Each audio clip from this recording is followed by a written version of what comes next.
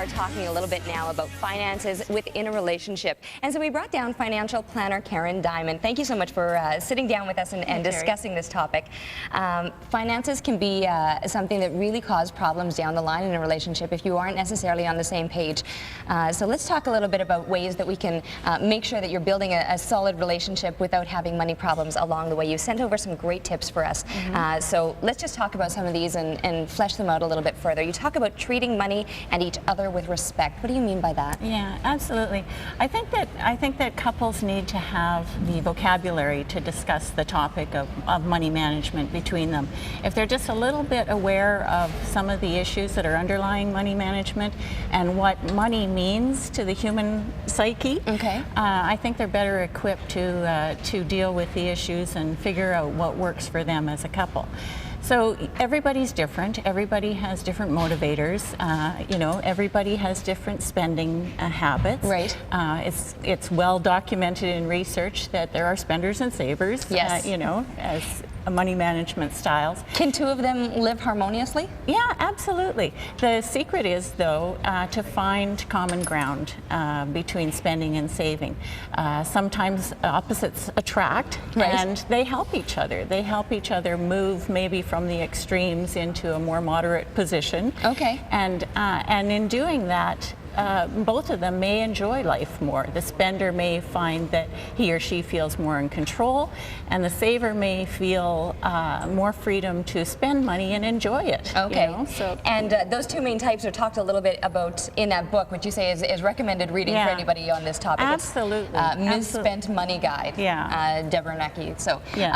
An excellent source if people want to learn a little bit more. But carrying on with these tips, you talk about committing to living within your means and taking care of the future. Yeah. Right now with economic times, it's more, we're more aware of it now than ever, I think. Yes, absolutely. We are where we are in the world today because people weren't living within their means, and we're sort of encouraged not to, to create spending. So it's turned into quite a disaster for the financial world to do that. So just as a matter of relieving anxiety over your lifetime, you have to take steps to make sure that that doesn't spiral out of control for you in your particular situation. You live within your means. Taking care of the future means starting early to save. There will never be a good time to save in your financial lifetimes. There will always be something that's happening, home ownership, children, you know. The surprises that come up along the way. Yeah, exactly. So start early and keep it under control, and you'll just be a much more relaxed person. Okay, now with that saving, it kind of moves us into the next little bit here, because it talks about protecting each other and any dependence you have with a strong financial safety net. So this is where the saving comes into play? Well, savings is part of it. If you look at the hierarchy of needs, you know, in financial planning, it's usually represented by a triangle, and the very bottom part of it is the security part, which represents protecting your income through an insurance program, disability insurance, life insurance, critical illness insurance, but also saving for unexpected events like job loss or, you know, something like that. So you have to take care of that bottom part of it. You would never dream of not putting insurance on your house or your car or any of those tangible assets that you have, but you really have to make a commitment to making sure that your income, which is going to provide everything for you over your lifetime, is protected through that financial security. Okay. A while back we used to hear 10% is what you should be putting away into savings. Is that still the case? Well, the author of this book suggests that you should live by the 80-20 rule. Oh, okay. You know, and people would say, well, 20%, that's just absurd. You know, I can't afford to do that. But if you start early and don't get off on the wrong foot, it's a much easier thing to adhere to. Okay, the catch-up game is much harder, right? Exactly. It says communicate when concerns arise and work together to find solutions that are acceptable to both. And again, I think this is where you need the vocabulary to be able to discuss that. There's a follow-up book to this one that's called Conscious Spending for Couples.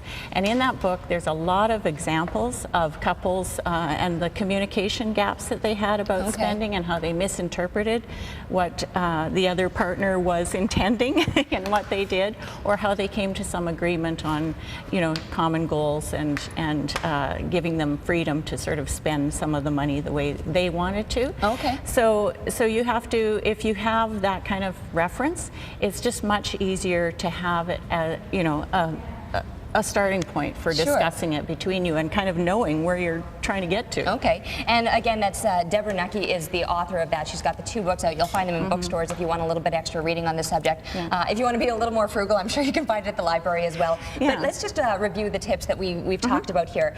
Treat money and each other with respect, very important. Commit to living within your means and taking care of the future. Identify your individual and shared goals, then develop a plan to follow them.